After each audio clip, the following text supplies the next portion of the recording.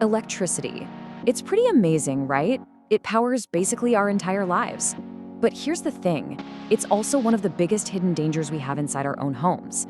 So today, we're gonna get into 10 essential safety tips that could seriously protect your home and even save your life.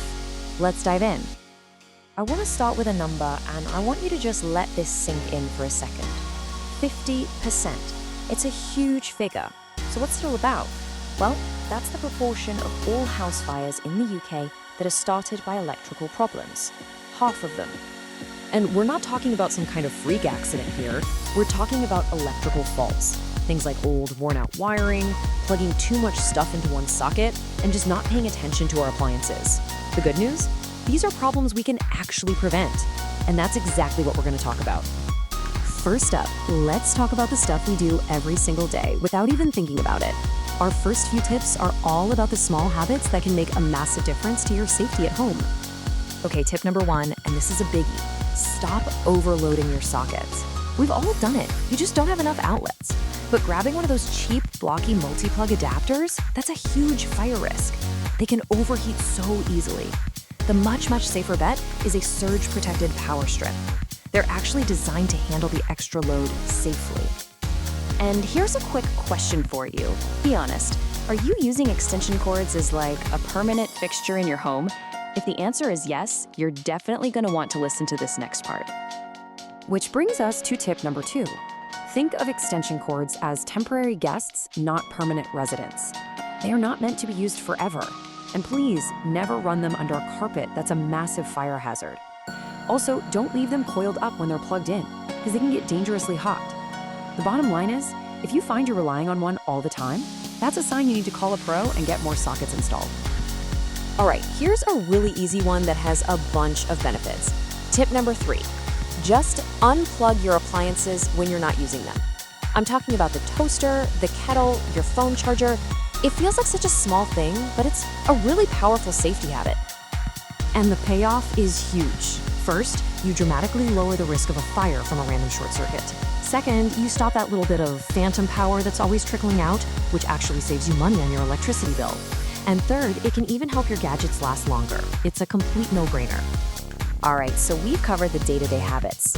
Now, let's switch gears and learn how to play detective in your own home with our next couple of tips.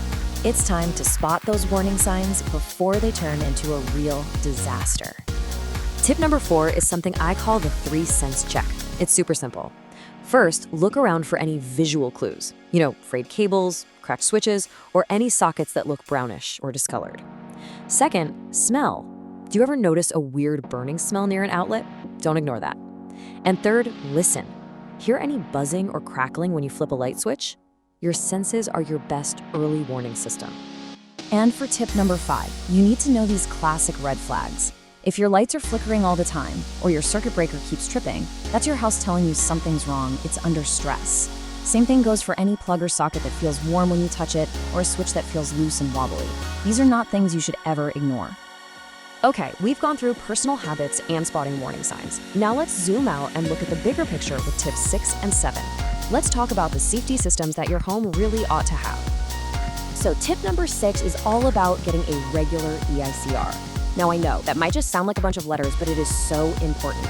An EICR is basically a full health check for your home's entire electrical system, and it's done by a qualified professional. They can spot those deep, hidden problems you'd never see yourself, like old wires deteriorating inside your walls. So, how often should you get one of these done? Well, in the UK, the guidance is really clear. If you're renting, it's actually required by law every 5 years. If you own your own home, the strong recommendation is to get it done every 5 to 10 years. Seriously, think of it like an MOT for your house. It's a vital bit of maintenance. But of course, even with the best preventative checks, you need an alarm system. And that brings us to tip number 7. In an electrical fire, which can start silently, maybe inside a wall where you can't see it, a smoke detector is your absolute first line of defense. It's the one thing that will wake you up and give you those crucial seconds to get out safely. But here's the catch. They only work if you look after them. The rules are so simple. You need to have one on every floor of your home. You have to test it every single month, just press the little button. And you should put a fresh battery in at least once a year, even if it's not beeping at you. And look, if you live in an older house, like a lot of the Victorian properties you see in cities like London, this stuff is extra critical. That old wiring was never designed for our modern lives, with our giant TVs, computers, and now even electric car chargers. The strain on these old systems is huge, which makes these checks absolutely vital. Okay, this brings us to our final section. And honestly, this might be the most important part of our whole chat. We've talked a lot about what you can do, but our last tips are about being crystal clear on what you should absolutely never do. Tip number 8, and I'm going to be really blunt here. Electrical work is not a DIY project. It's not like painting a wall. If you get it wrong, you could cause a deadly fire or a fatal electric shock. In the UK, for most electrical work, it's actually illegal to do it yourself if you're not qualified. It's that serious. So who should you call? Tip 9, you always need to look for a Part P registered electrician. Think of this as the official seal of approval. It proves they're qualified, they're insured, and they are legally allowed to do the work. It's your guarantee that the job is done safely and correctly. And this really brings everything together. It's our 10th and final tip, and it's more of a mindset. After all the gadgets and checklists, just remember this. The single most important safety device in your home is a professional electrician. And that leaves us with one final thought. After everything we've talked about today, from the little habits to the big warning signs, I want you to ask yourself this one simple question. When was the last time your home had a proper electrical health check? Really think about it. Your answer might be the most important thing you do for your safety all week.